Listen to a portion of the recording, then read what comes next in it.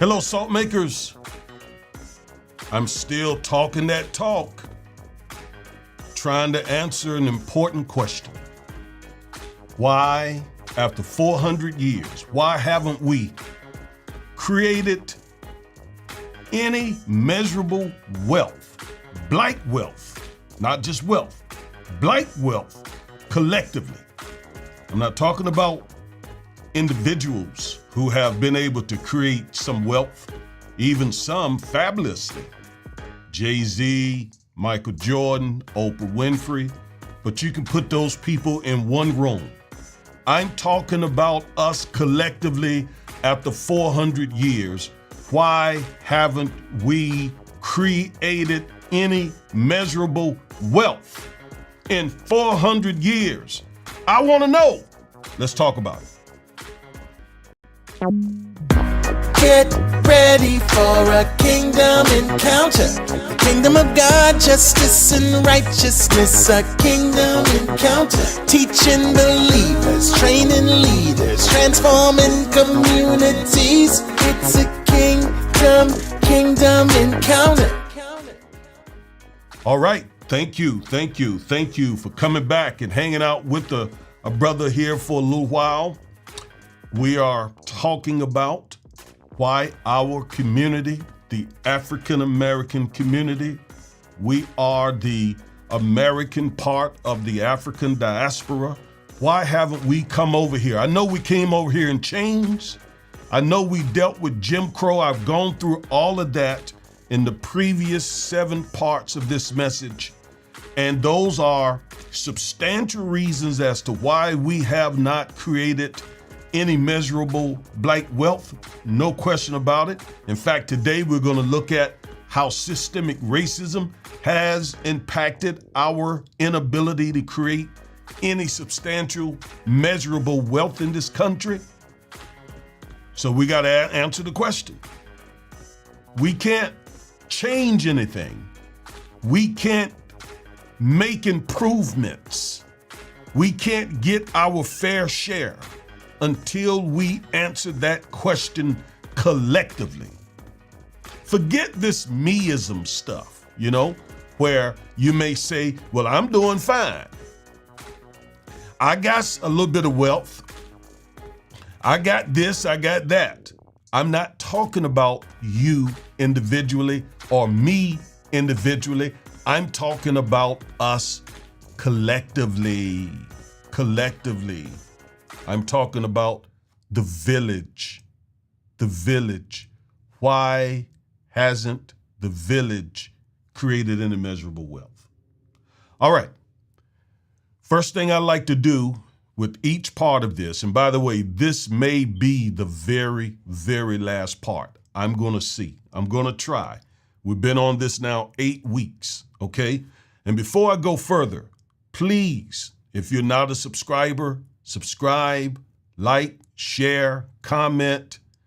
Let us know that you are one of those African Americans who enjoy some intelligent, some thoughtful preaching that deals with not only the spiritual, but the practical part of our lives as Christ followers. All right? So again, go ahead, like, share, comment, subscribe. Now, what I like to start out doing is I like to share in each part why I'm teaching such a provocative message. And it shouldn't be provocative, right? This should be coming from the pulpits in African American communities. You may not be used to it because so many of my clergy brethren have gone in a different path, that American materialism path. And by the way, there's a huge difference between materialism and economic development, okay? I'm not talking about materialism. I'm talking about economic development. I'm talking about what should have happened had we not been constrained by chattel slavery, Jim Crow segregation apartheid, and systemic racism. I can almost assure you that had we not dealt with these things, we would be some of the wealthiest people in this nation. How do I know that? Because we came from a land of wealth. We came from people who created tremendous wealth. We emanated from people who built the pyramids, who created math, language. We came from a people who were kings and queens. I know we say that nowadays, hello king, hello queen, and oftentimes we say it just sort of as a colloquial, but it's true. We came from a magnificent, kingly people, and here we are in this nation, 400 years, and have created virtually no wealth, no black wealth. We've created a lot of wealth for other people. I'm talking about black wealth that circulates within our community, empowering our people. That's what I'm talking about. All right. Why am I teaching on this? 3 reasons. 1, to eliminate confusion among African Americans regarding why we haven't built wealth collectively. You have a lot of black Americans who say, well, the problem is black culture. The problem is the fact that we have such high incidence of single parent families, so much crime in predominantly black neighborhoods. We have those blacks who look at those things, and then we have those blacks who say, no, it is completely, totally, absolutely the white man's fault. So you got 2 schools of thought.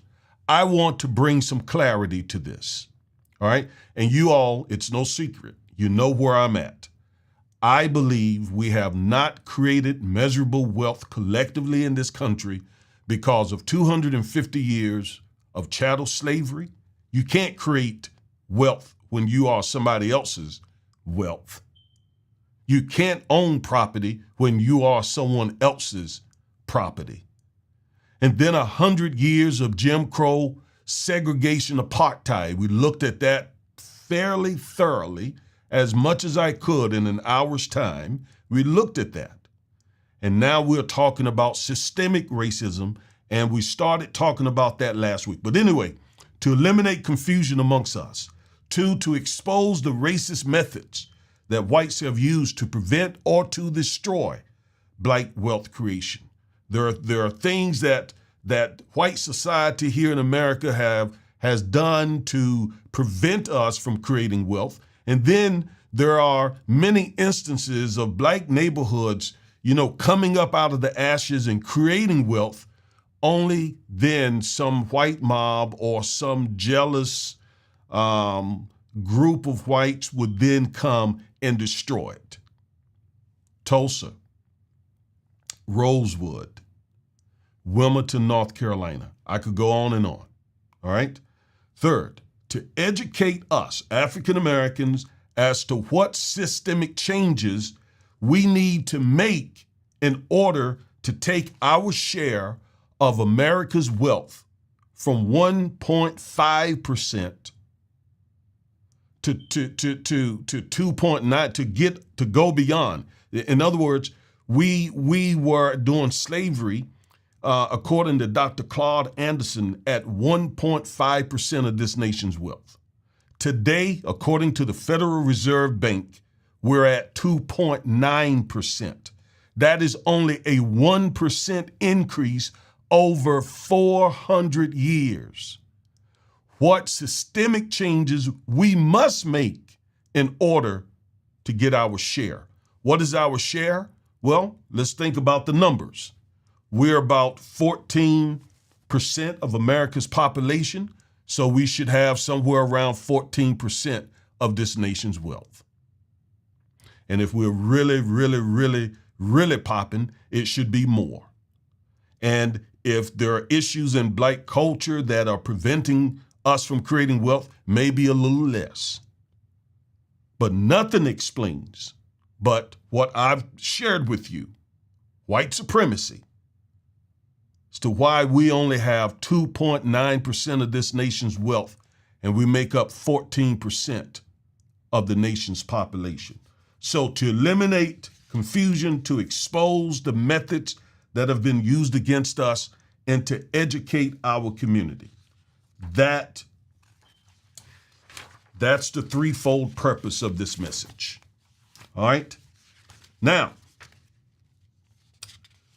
last week we started talking about systemic racism, and I spent some time defining for you the difference between individual racism and institutional or structural or systemic racism. And I told you, let me bring up my screen here.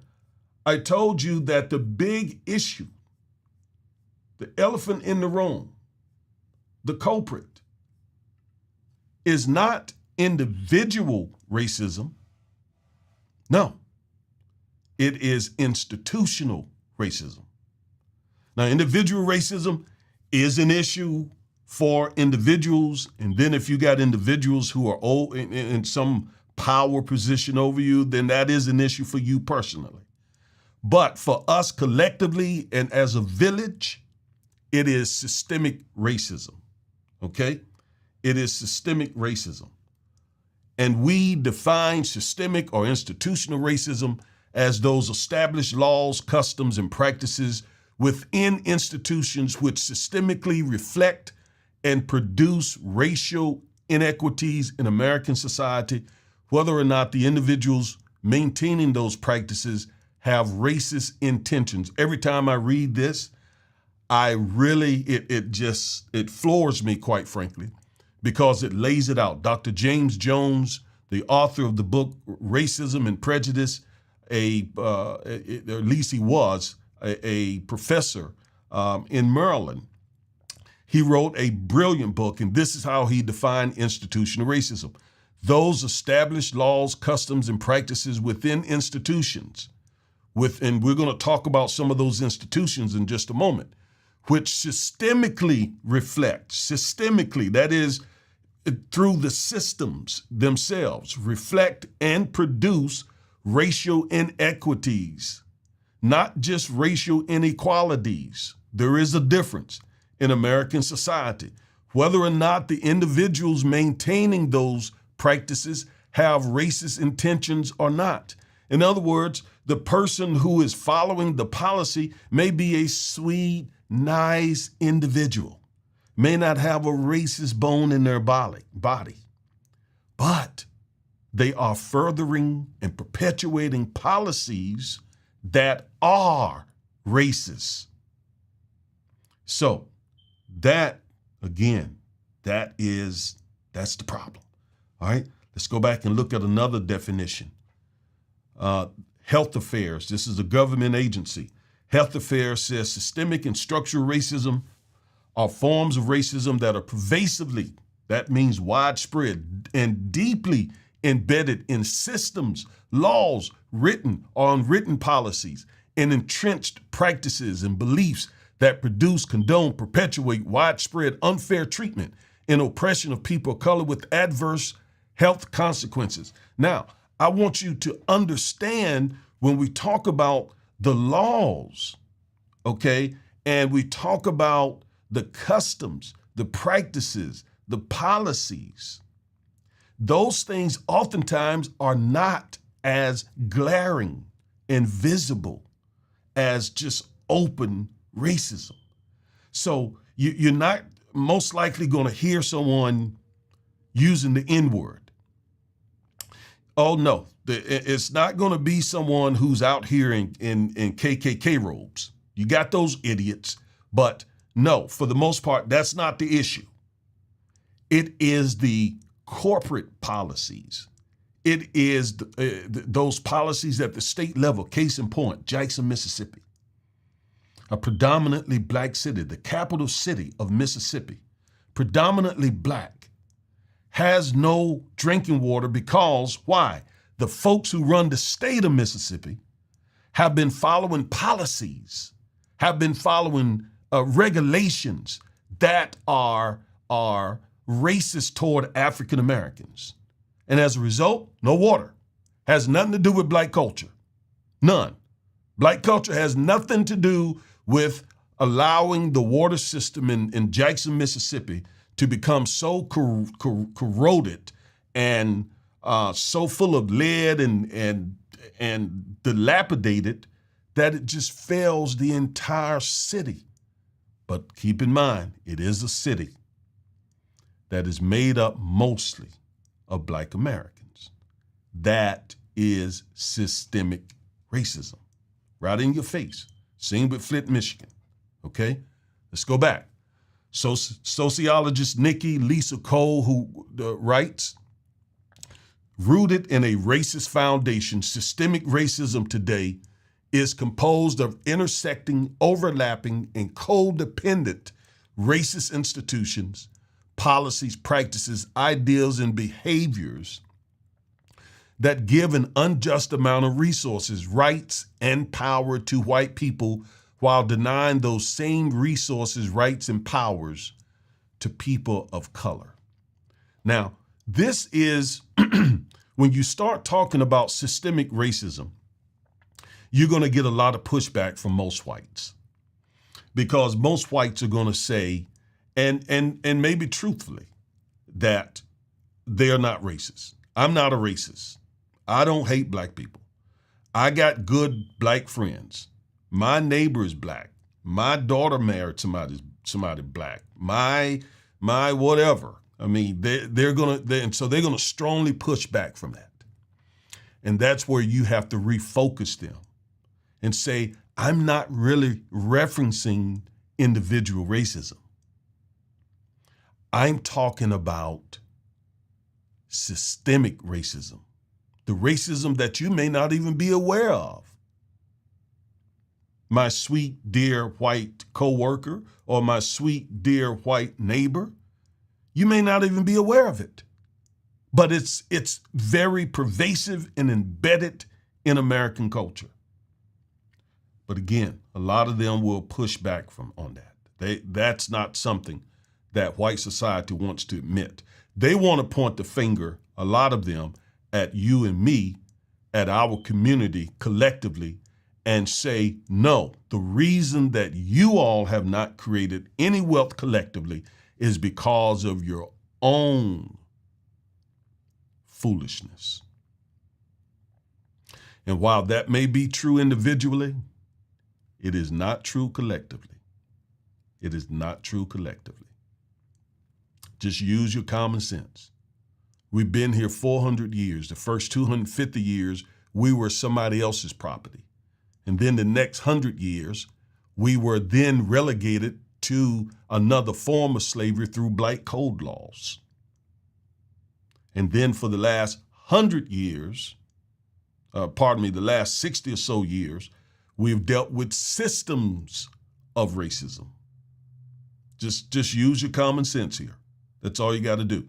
As a matter of fact, some of the pathologies that we see in the African American community, they arose because of 250 years of chattel slavery, another 100 years of Jim Crow segregation. Those things that we're talking about, the breakdown of the Black family.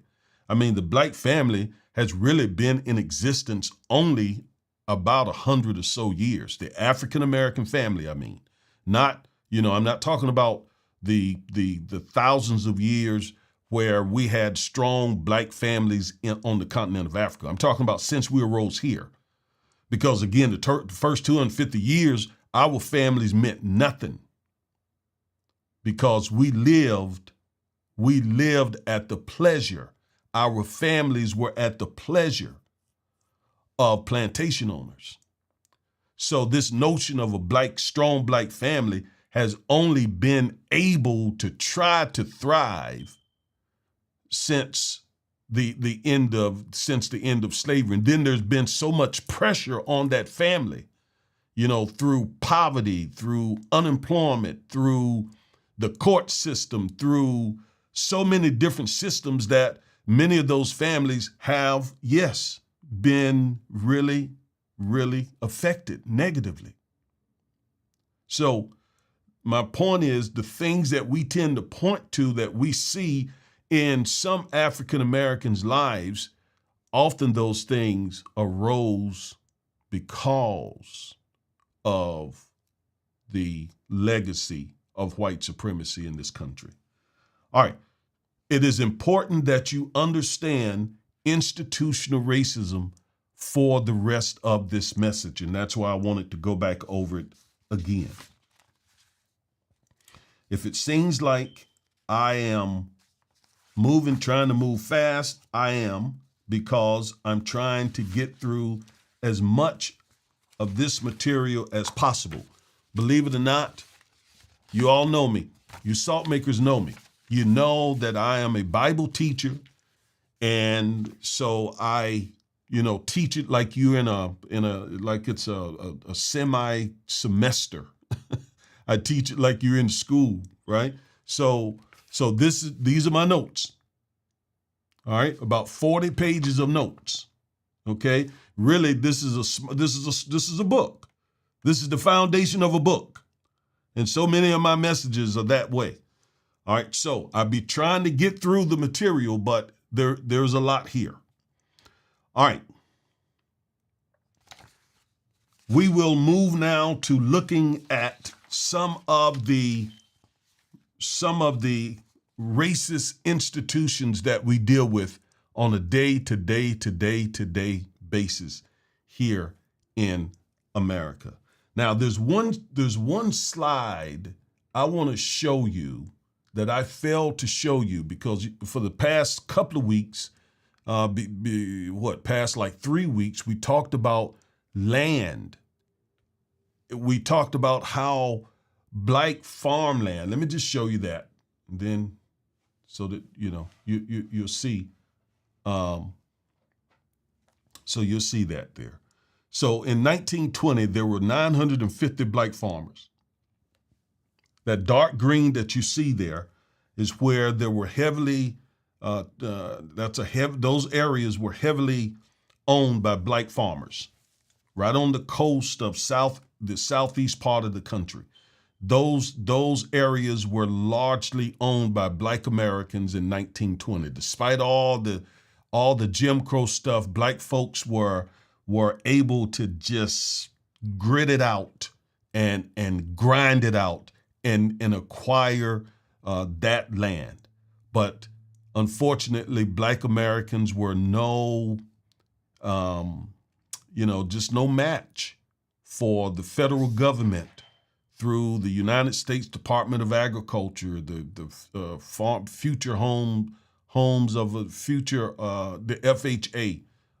We were just no match for these government agencies and these local agencies that were determined to take our land from us. So we went from 950 black farmers in 1920 to just a few years ago, all the way down to a mere 35,000 black farmers. That is a lot of wealth that was taken from us.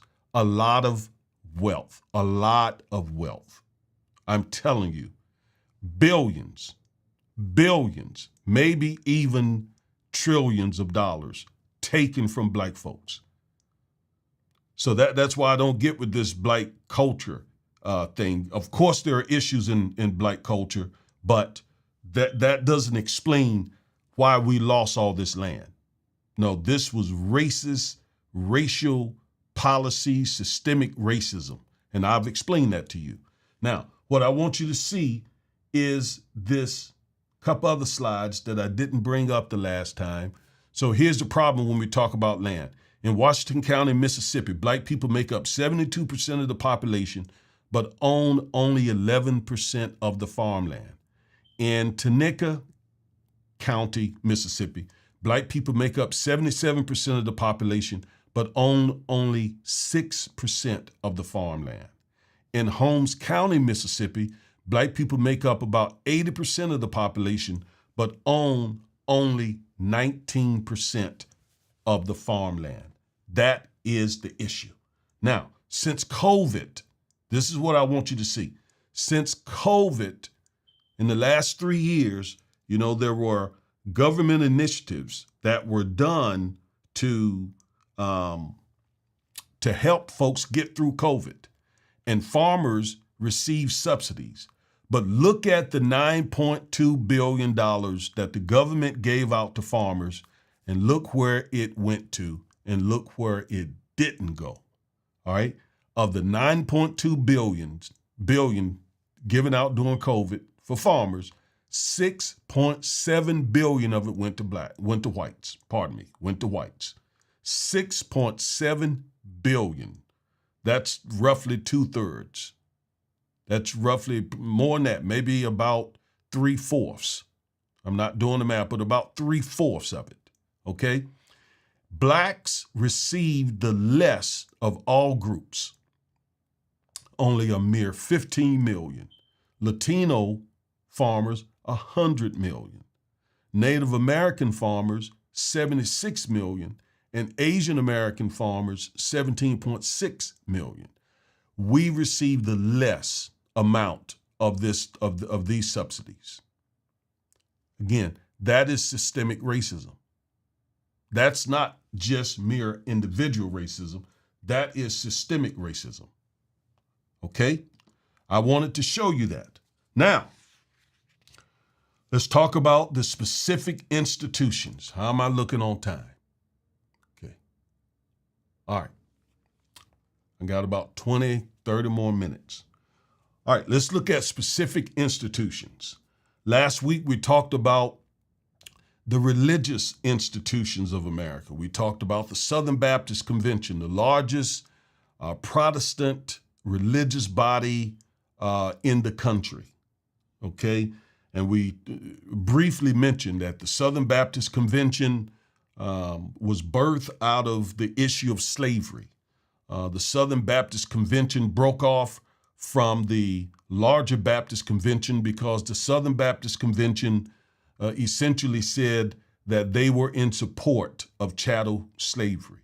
Now, these, again, clergy members, pastors, preachers, seminarians, theologians, they went into the Bible and twisted scripture to support slavery. All right? Now, and not just Southern Baptists, but they're the largest. Methodist and Presbyterian bodies also broke off from their headquarters and supported slavery. All right? And many of those people supported Jim Crow segregation. These are oftentimes so-called good Christian people who are in support of Black inequality.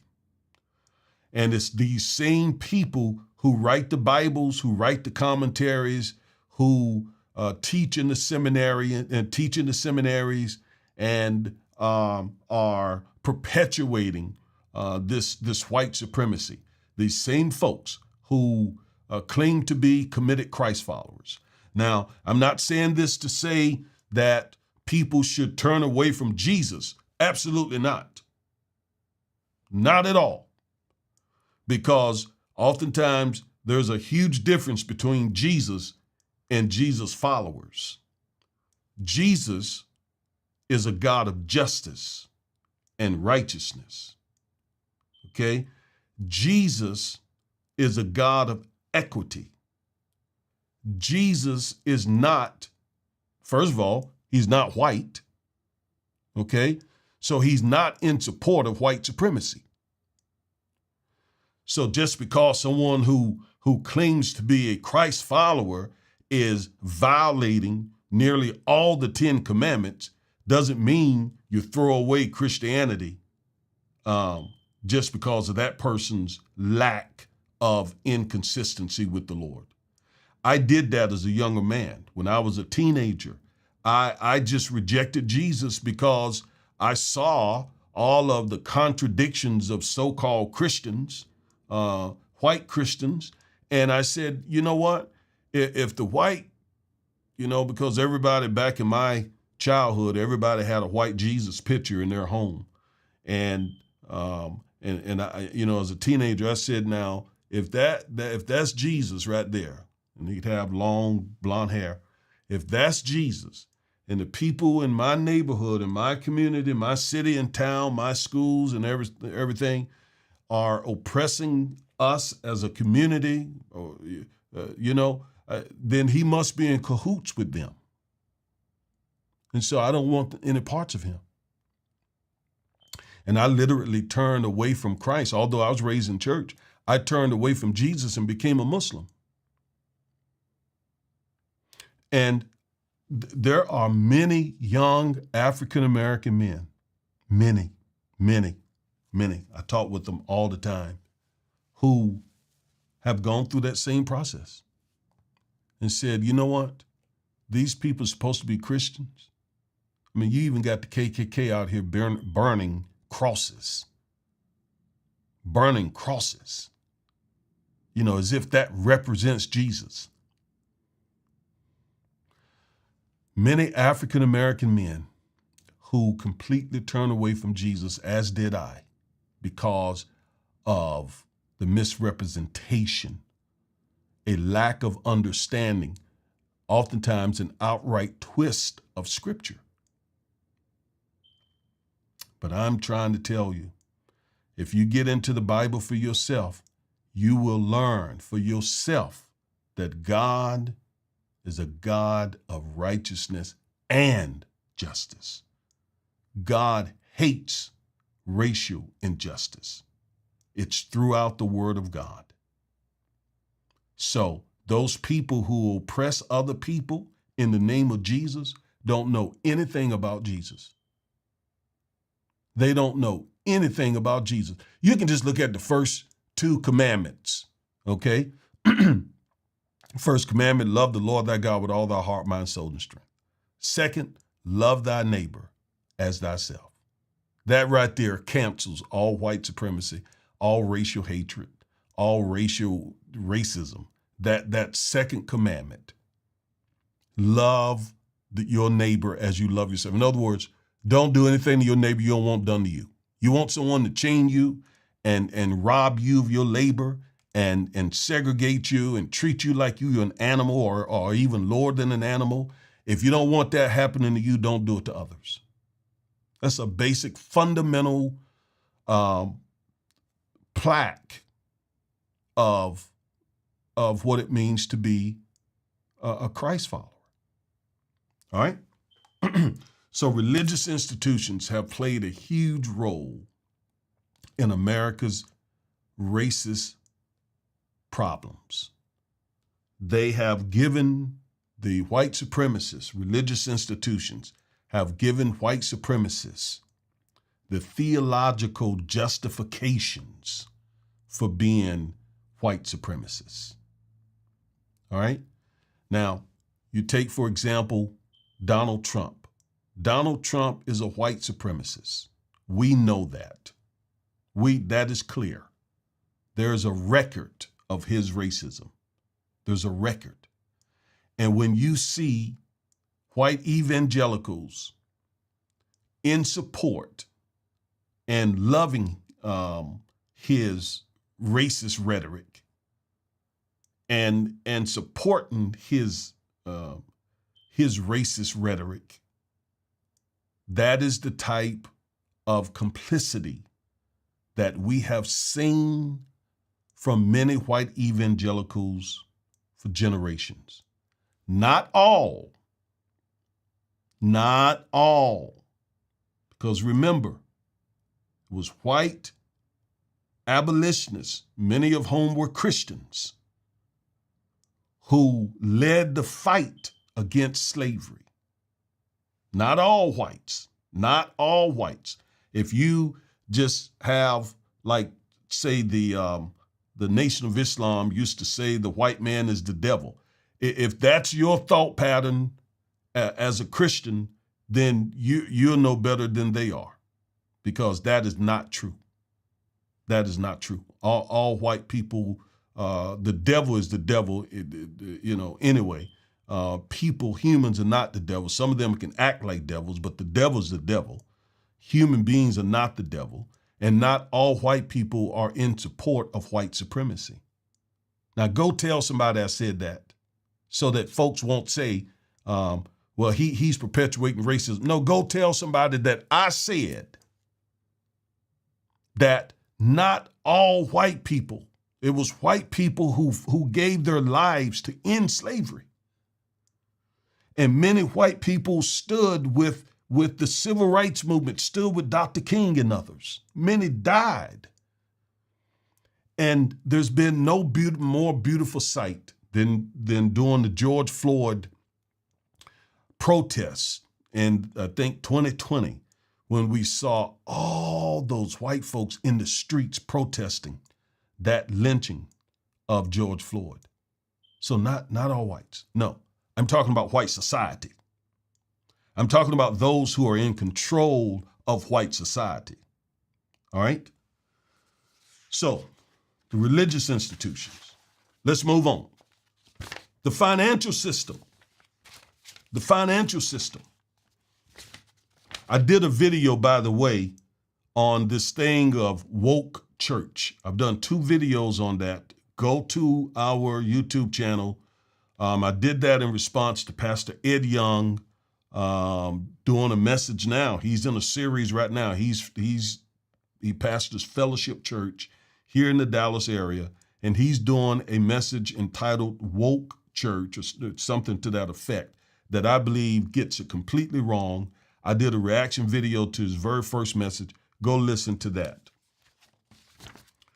All right, the financial system. I would simply call it banking while black. Banking while black. All right, there are various parts of the financial system, but I'm going to focus on the areas that are most relevant to us building wealth as African Americans. And the absolute most relevant part of black wealth creation is home ownership. Home ownership. All right, let's go and look at that. Home ownership. All right, in the United States, home ownership is the most common avenue to wealth building and intergenerational wealth transfers. Racial inequity in access to home mortgage loans has a long and troubled history in the country that includes redlining. And here are the citations for what I'm reading. This is not I didn't say this, I didn't create this. This is what these experts have concluded based on their research. Geographically targeted predatory lending, discrimination in lending standards, and racial covenants.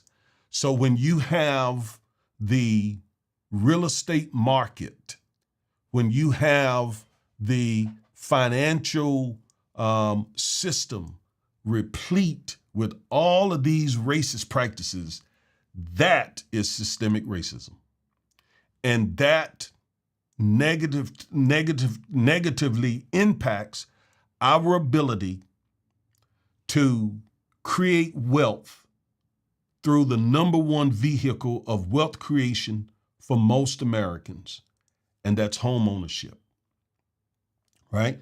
So when I say that, when the economists say that, you buy a home, you start paying the mortgage on the home, and a percentage of that mortgage payment goes toward the interest.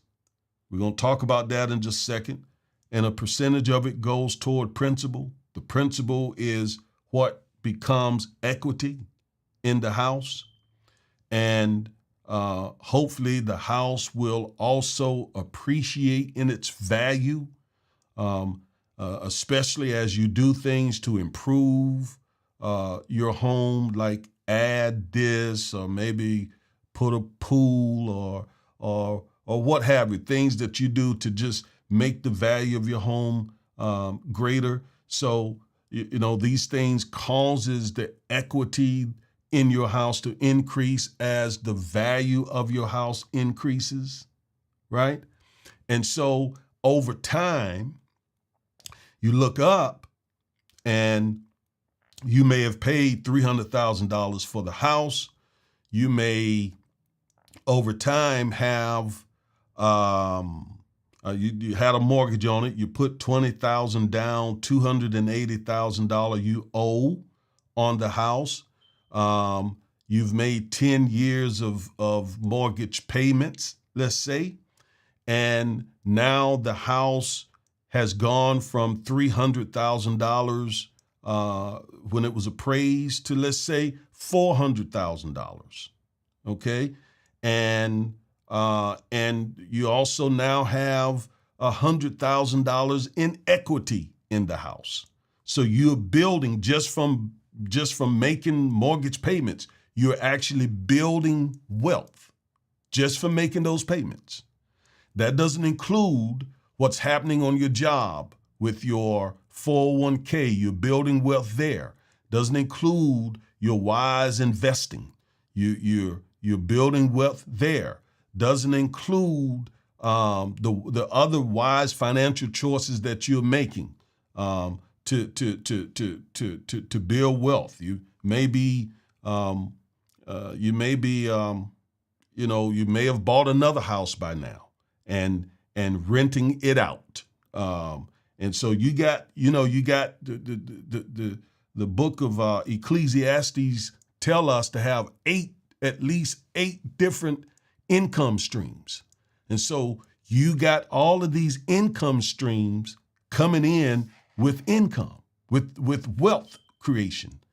So you look back over 10 or so, 15 years or so, and when you subtract your liabilities from your assets, you're in the positive.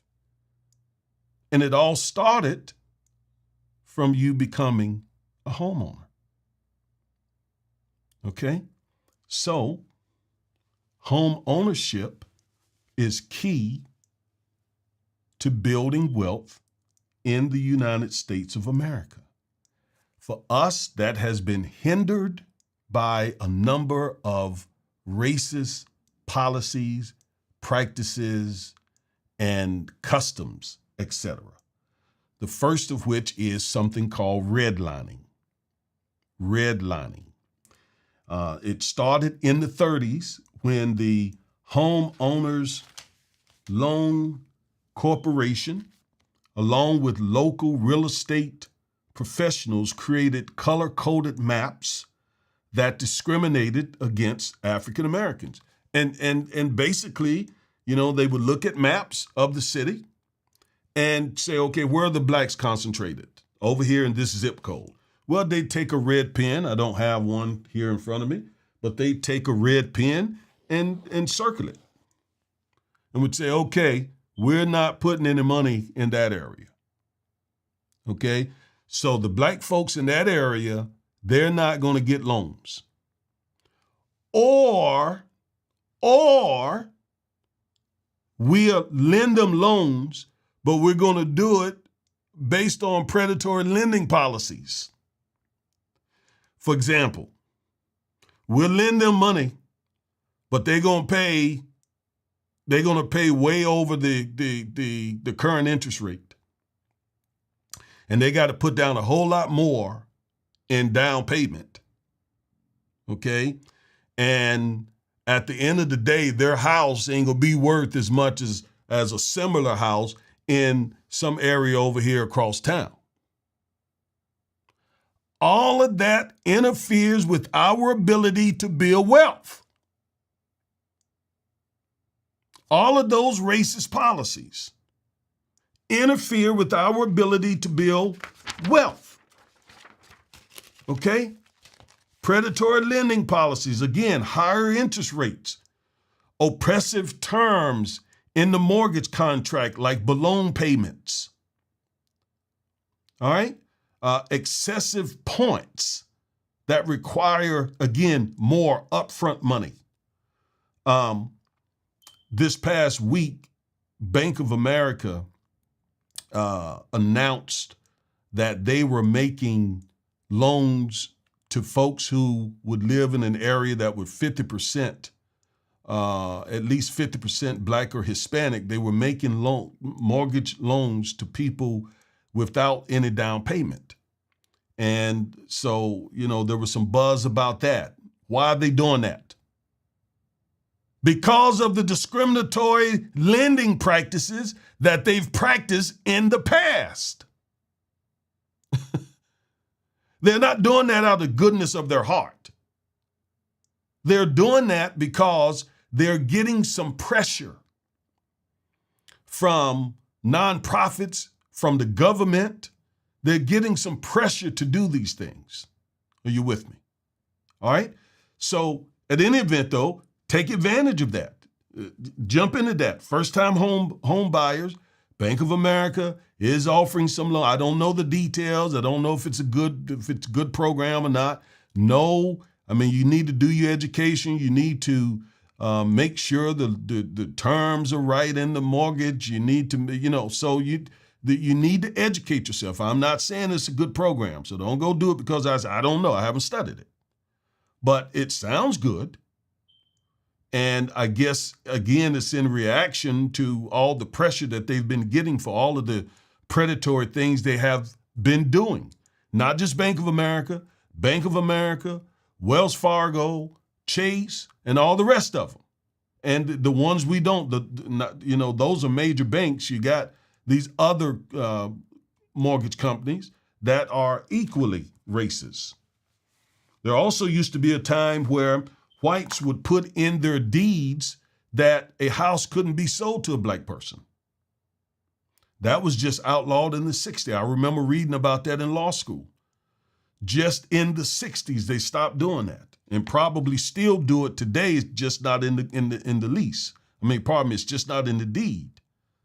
It's done with a wink, and a, those people type attitude, because the systemic racism is not necessarily written in the law. Okay, it's just, again, sometimes just unspoken customs. Now, that brings me to a specific situation, a special type of redlining, because redlining hasn't stopped. All right, there are black communities are still being impacted by racist mortgage practices. Okay, all right. Let me go to another slide here. Okay. Homes in neighborhoods where the share of the population is 50% black are valued at roughly half the price as homes in neighborhoods with no black residents. Homes in black neighborhoods are undervalued by $48,000 per home on average, amounting to $156 billion in cumulative losses. Look at that. I want you to see this. Homes in neighborhoods where the share of the population is 50% black are valued at roughly half the price as homes in neighborhoods with no black residents. And then it goes on to say, homes in black neighborhoods are undervalued by $48,000 per home on average, amounting to $156 billion in cumulative losses. Look at that. So when you talk about when we talk about let me take some water here. So when we talk about why we haven't been able to build wealth, look at that. Devaluing homes in black neighborhoods to the tune of about $50,000. Same house, same builder. So builder ABCD builds a home in this zip code that is predominantly black, builds the same floor plan across town in an area that's predominantly white. Your house, on average, is worth $50,000 less. And collectively, that costs black homeowners $156 billion. So I'm getting to this issue of why, after 400 years, blacks have created no measurable wealth collectively. Well, there's one example. $156 billion in losses just because of the zip code of the house. I mean, that's zip code racism. Zip code racism. Zip code white supremacy. Are you with me? Now, okay, let's look at another slide. Look, I'm a lawyer. I come with receipts. All right, I'm not going to say a bunch of things that I can't support. All right, I'm in trial right now. I've been in trial for the last 8 weeks. You are my jury. I'm putting forth the evidence. You're the fact finder. You're the one who's going to say America's guilty or not guilty. All right, but you're going to do it based on the facts. I'm giving you facts, absolute, total facts. Someone, by the way, asked, where are the documents of Trump racism? This is not about Trump. I know I said earlier that Trump is a white supremacist. All right? This is not about him. But I will say, the documents are absolutely there because you can go, just do a little old small Google search. Thank God for Google. Thank God for Google. You can just do a Google search. Go back to the 70s and you'll see that Trump was sued by the Department of Housing, where he settled that lawsuit that showed that he and his father refused to rent to African Americans. Well, that was in the 70s. Okay, come on up then. Come on up. What about when he called African countries a very negative word? What about when he said all Haitians have AIDS? What about when he tried to disenfranchise millions of black voters in Michigan based on a lie that he won the election? I could go on and on and on. I'm sorry, salt makers, for getting off, but I just had to address that. All right. Anyway, let's go to the slide.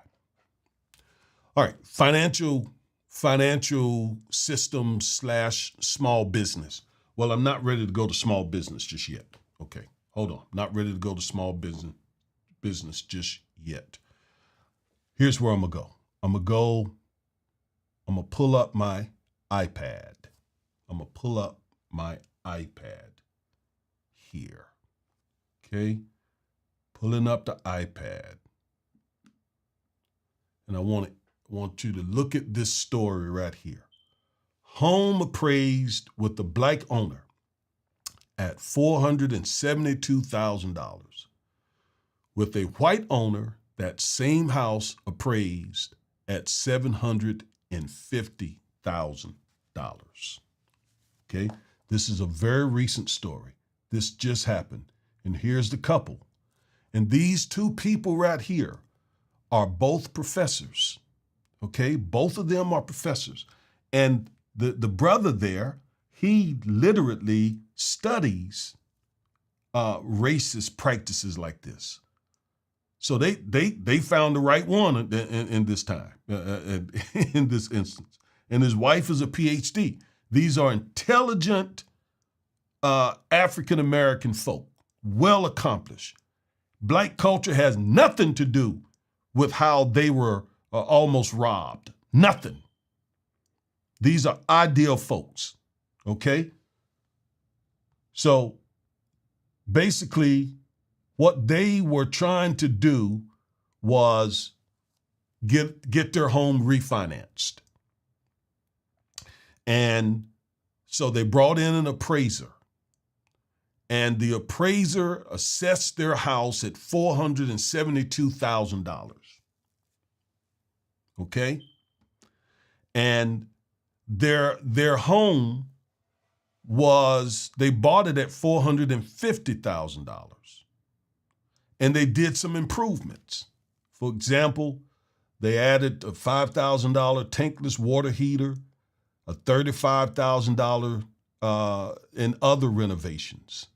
So when the house came back at $472,000, just a mere $22,000 increase in the home's value, they said, no way. And being intelligent African Americans, they said, we're not going to go for it. We're not going for the okie doke. So what they did was they got some of their white professor colleagues to stand in for them. And they also went throughout the house removing everything black, took down all their pictures, took down their, Black history stuff and books and all that. In other words, they did something called whitewashing their house. They whitewashed it so that it looked like, and by the way, this is in a white neighborhood. Okay? This is in a white neighborhood. This is not an African-American, predominantly African-American neighborhood. This is a white neighborhood. So anyway, when they got the white dude to stand in for them and removed all their black stuff out of the house, then the house came in at $750,000. $750,000. How much more is that? That is $200 and almost $80,000 increase just because a white man shows his face as the homeowner. If I was in a literal trial, I would rest my case right there. That would be it. I would sit down. If you don't see the systemic racism from this couple's example, and this is not anecdotal, this is widespread throughout the mortgage system. This is widespread throughout the appraisal system. It's just that this couple didn't go for it.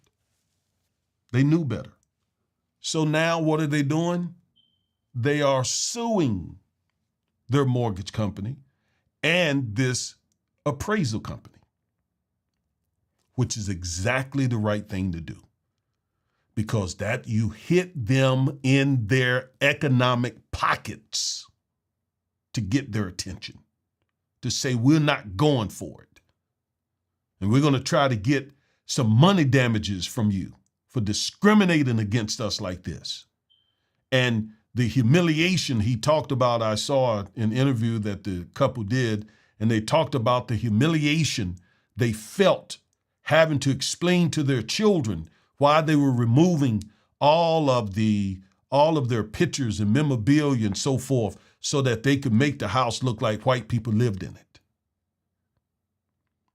That is systemic racism to the core.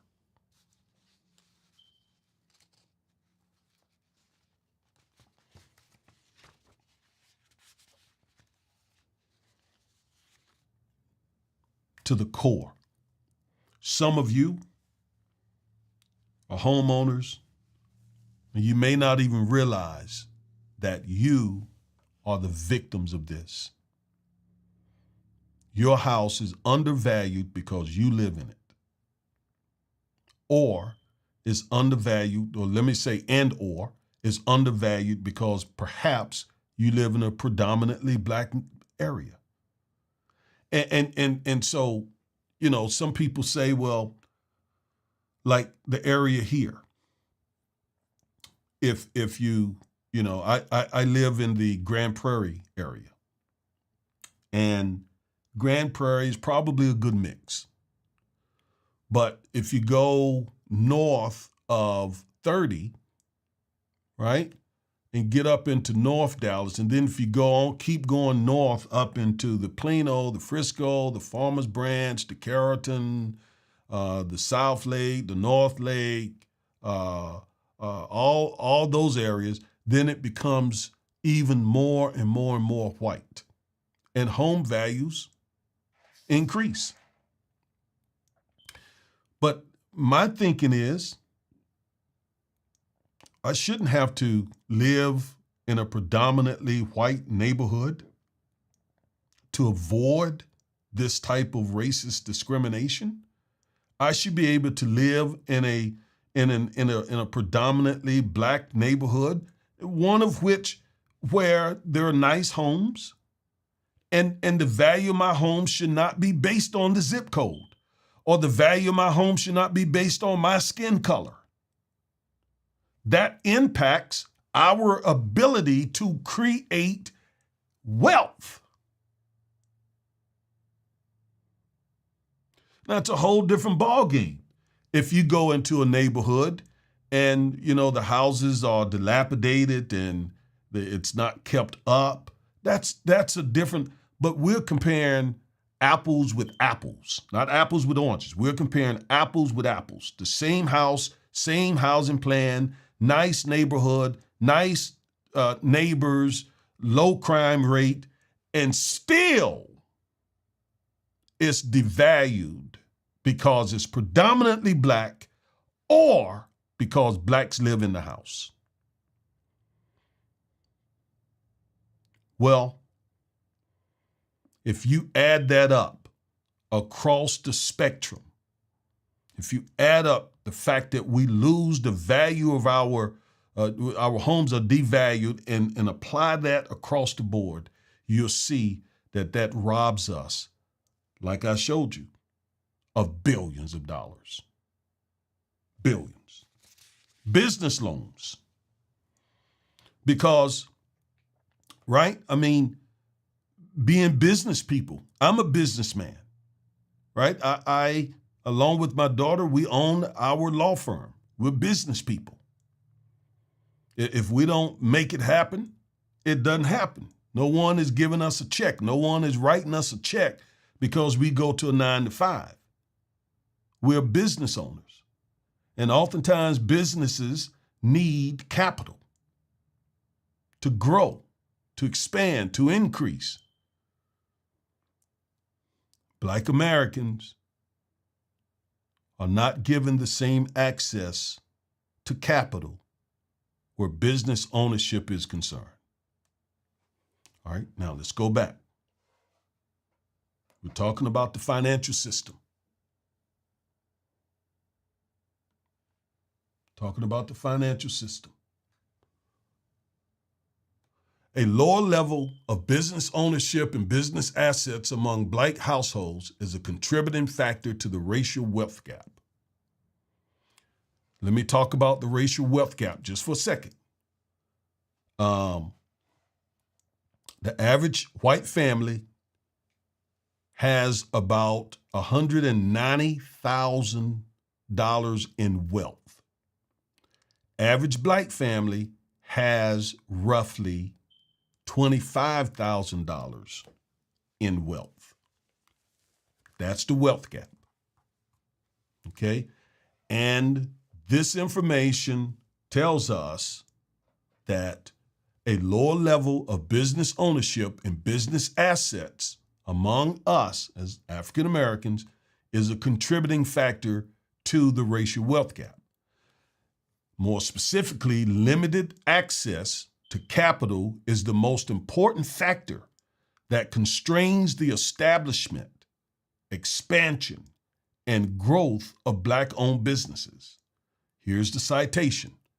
This is research. This is based on research done by these three folks here. According to a 2020 report from the Brookings Institution, Black people represent 12.7% of the U.S. population, but only 4.3% of the nation's 22.2 million business owners. Let's read that again. We're 12.7% of the U.S. population, but we only own 4.3% of the nation's 22.2 million business owners. Why? Because Black entrepreneurs face barriers to opening businesses with respect to access to credit, and I would add capital. So this is one huge reason why. One huge reason why we've only gone from 1.5% of this nation's wealth to 2.5%, 1.9 to 2.5. Because this country is a capitalistic country, which means that business ownership is the bread and butter of this nation. There are all types of advantages in the tax code, in the credit market, that business people get that others don't. And that's because this is a free market enterprise capitalistic system. And if blacks are discriminated against in terms of being able to get credit, to expand, to grow their businesses, to start their businesses, that is a huge reason why. Huge reason why we haven't increased our share of wealth in this country. Huge reason.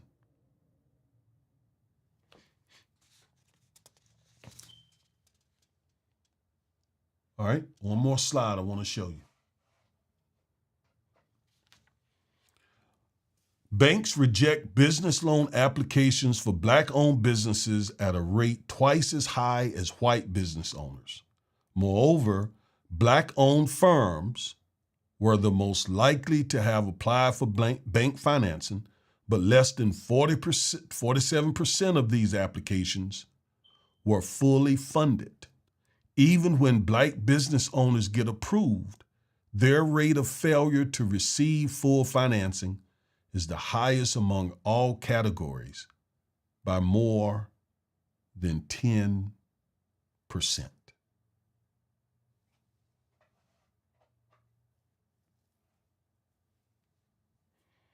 You see the question at the bottom of the screen. Why, after 400 years, black have created no measurable wealth or black wealth collectively?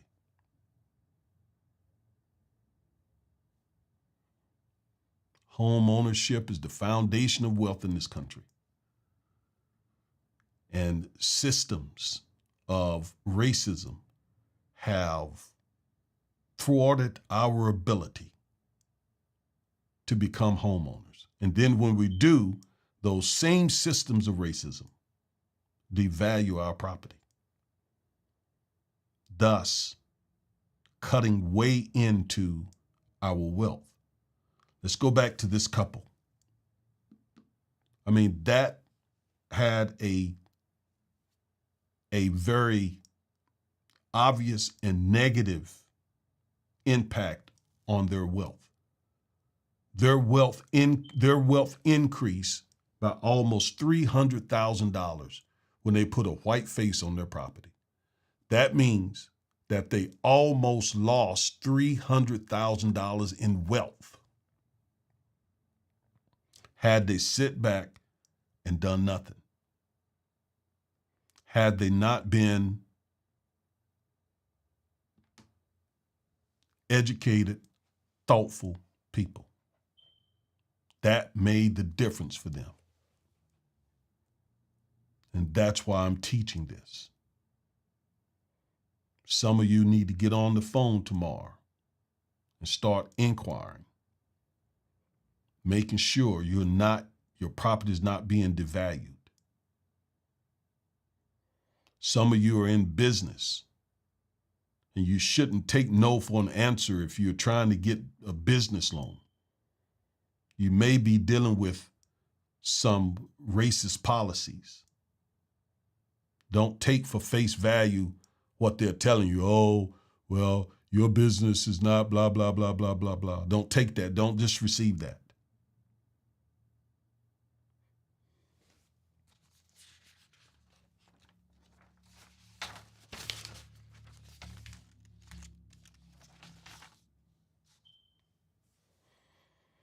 The education system. I literally wrote a book on this topic, Education and Justice. You can get it on Amazon. So, I know about this personally and professionally. The education system. Let's go to the slides. America's public schools. Predominantly non-white school districts, that is basically black school districts across the country annually receive $23 billion less than their predominantly white counterparts.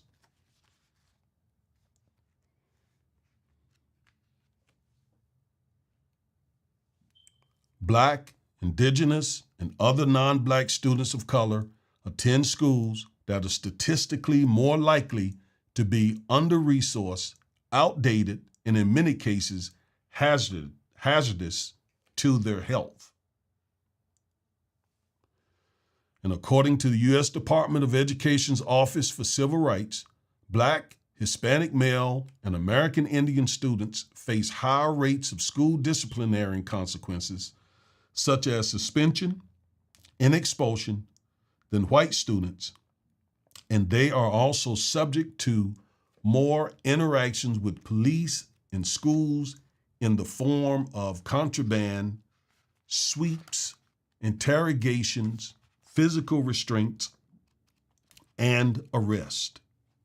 Now, I know what some people say when they hear that.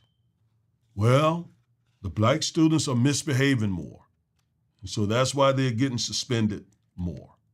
That is false. That is false. I spent 2 years researching these issues, and it is false. Let me just show you, for example. Professor Russell Skiba at Indiana University. I got him on the telephone, read his book, and got him on the telephone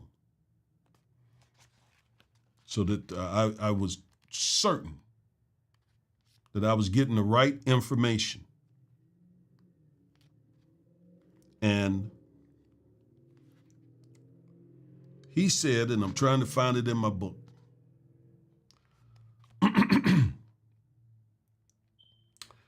a Professor Schollenberger, in her own words, explained that her findings showed no correlation between racial disparities in suspension with behavior. She writes, in short, the delinquency data revealed that many suspended youth were not participating in serious delinquency at the time they were first suspended from school.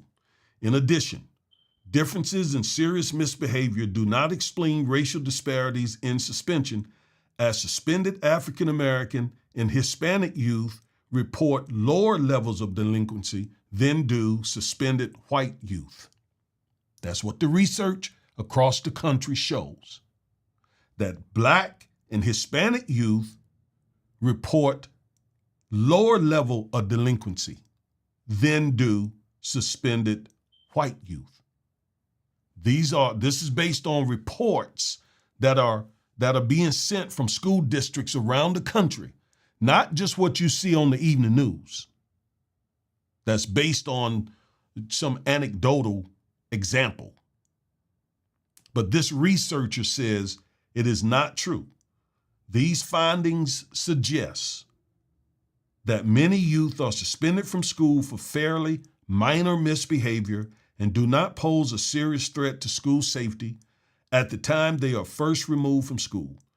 For some suspended students, it is possible that schools' actions might increase their risk of involvement in more serious delinquency and illegal activity.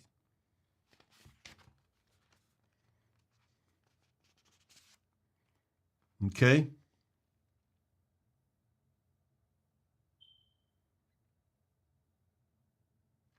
Dr. Russell Skiba, as I mentioned, professor and director of Indiana Education Policy Center at Indiana University, conducted a study. Let me go back. Educators deny that racism is responsible for racial disparity and suspensions for African American males. Typically, they offer a twofold explanation. They argue that schools suspend or expel disproportionate percentage of African American males because they are disproportionately poorer than white students, because they are more prone to misbehavior, or both. Dr. Russell Skiba conducted a study that shows the absurdity of these bogus arguments. He and his co-authors compared the suspension and expulsion rates of poor African American and poor white students and found that schools suspended poor African American students more frequently than they suspended poor white students. In addition, Dr. Skiba and his team found, quote, no evidence that African American students misbehave at significantly higher rate than white students. Quite the contrary. The study confirmed that schools punish African American students more severely than white students for less severe offenses. That's not Augustus Corbett. That's Dr. Russell Skiba, an expert researcher, professor, and he's white.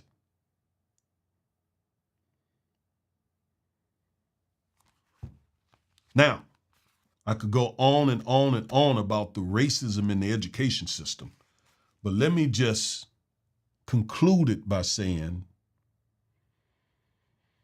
when our kids are unfairly suspended, expelled, pushed out of public schools,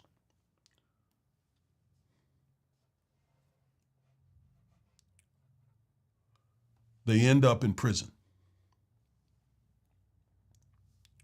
Quite a few.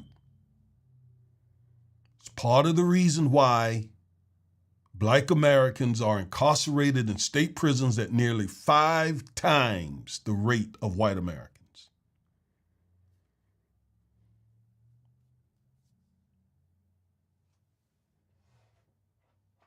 The so-called prison to school pipeline is a very real thing. I dropped out of high school in the 10th grade, and but for the grace of God, I didn't end up in prison. But for the grace of God, only the grace of God. Because when I dropped out, and I was basically pushed out, I was a smart student. I was an A student. I was basically pushed out. You know, I didn't do anything. I didn't misbehave no more than many of the other students. But I was pushed out. And that landed me, guess where? In the streets, where there's nothing but trouble. Ride through an African-American neighborhood predominantly. Go to South Dallas around the Fair Park area some afternoon, and you'll find areas where there are 20 or give or take of young African-American men sitting around, standing around. A group of them, young men. I remember when we first moved to this area, we rolled through, and it blew my mind to see young 20-ish teenagers, 25, 30, you know, those young brothers standing around, hanging out on the corner, under trees, you know, doing nothing. Quite often, they were kicked out of school, expelled from school, dropped out of school, and that's where they ended. And because they ended there is a very good chance that they will end up incarcerated on parole, probation, under some sort of criminal supervision, and tagged with a felony that may also enable them to build wealth. That is systemic racism. I just showed you, just read you, that those kids do not misbehave disproportionately. I know that's what's in our minds because that's what you see and hear in the news. But the research does not bear it out.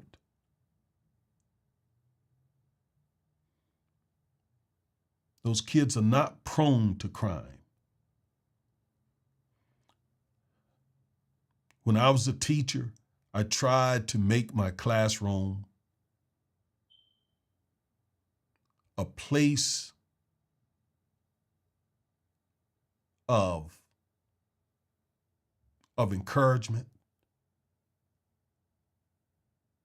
of high expectations. I didn't let my kids come to my class and goof off. Some of the young black guys would want to sit in the back because that's what they were accustomed to doing. That's what their white teachers allowed them to do, sit in the back of the class and act a fool. I know that happened because I did it too when I was their age. So I said, no way, that's it. I told them, you come to my class, you're going to learn. I taught chemistry. You're going to learn chemistry. So you will not be sitting, and what I did was, I had the guys who wanted to go back there and goof off, I had them in the front row. You sit right here. I want to look y'all eyeball to eyeball. You're going to learn chemistry.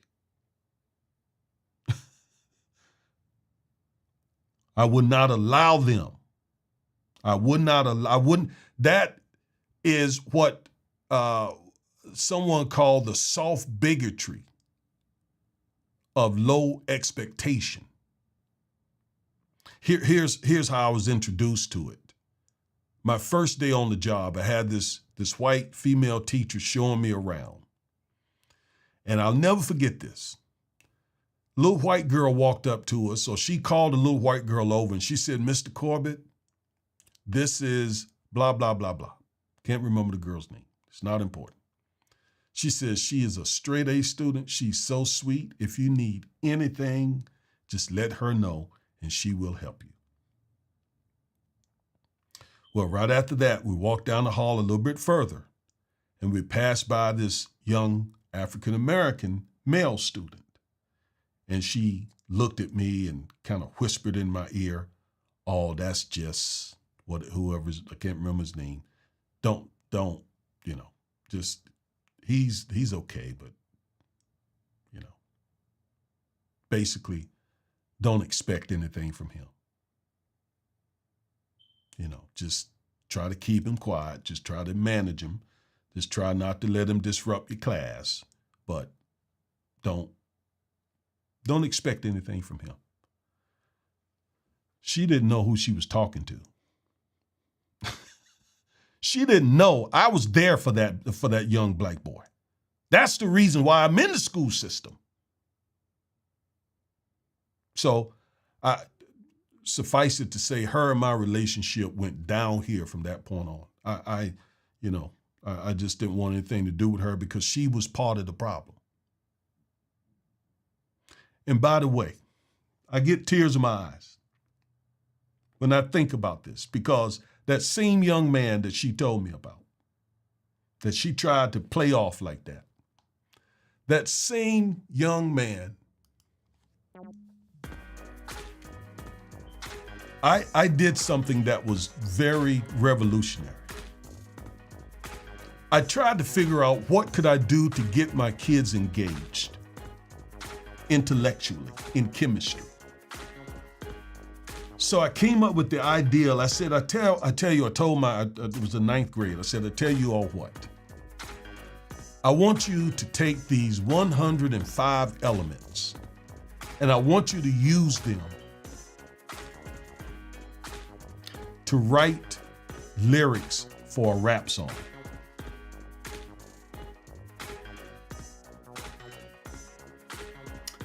I thought, because you know those words are really big words, right? Those big chemistry words, those elements are big. It's 105 of them. So I knew it would be challenging. I gave them like 30 days. And I said at the end of that 30-day period, we're gonna have a rap contest.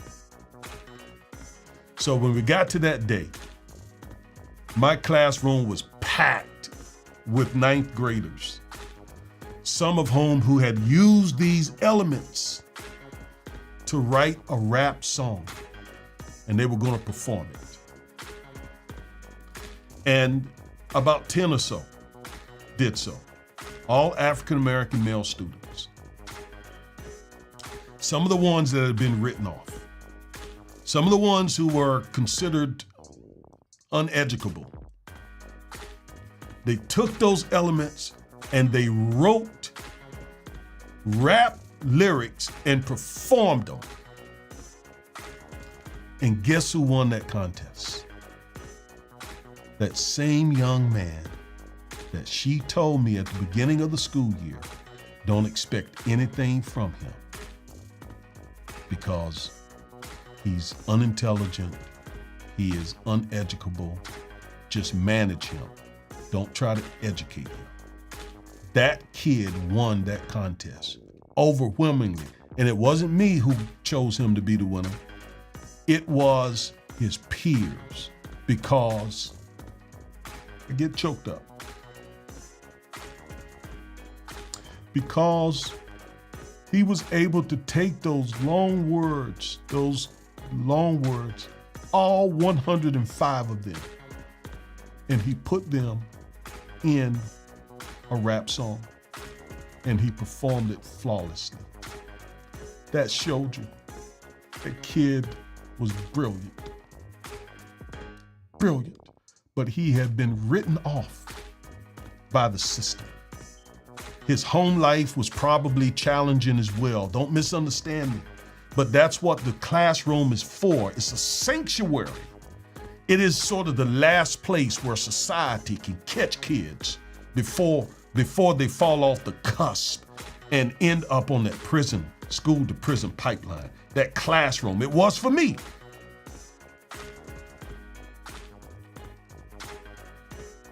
So these teachers who have this attitude that, I don't get paid enough to help these guys, blah, blah, they don't need to be teaching.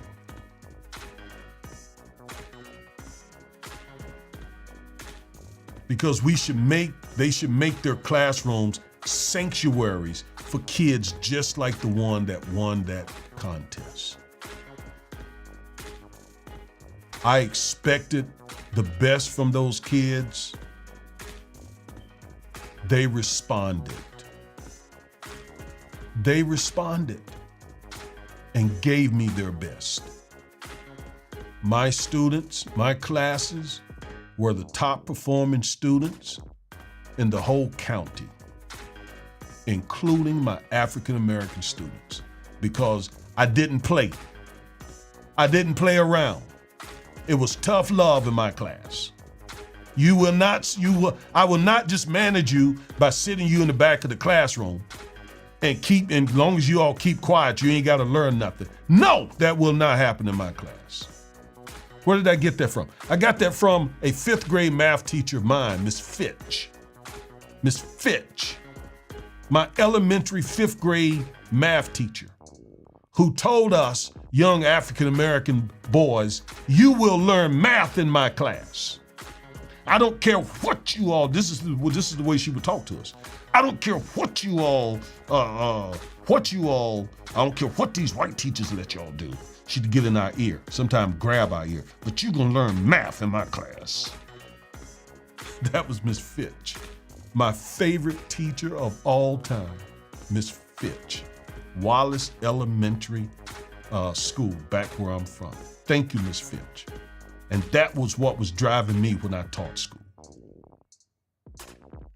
Because I didn't want to see those kids like me, a high school dropout, and at the cusp of becoming an inmate. Look, that's going to conclude my message. Why, after 400 years, blacks have created no measurable wealth collectively. That's going to do it. That's it. That's the end of it. I hope that you've gotten something from it. Thank you so much. I love you. You all be blessed. God bless you. Next week, we're going to start a new, totally different new series. Bye-bye.